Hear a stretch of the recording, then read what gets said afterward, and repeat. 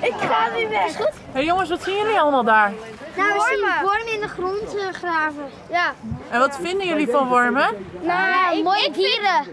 En glibberig. Ik vind ze best wel schattig.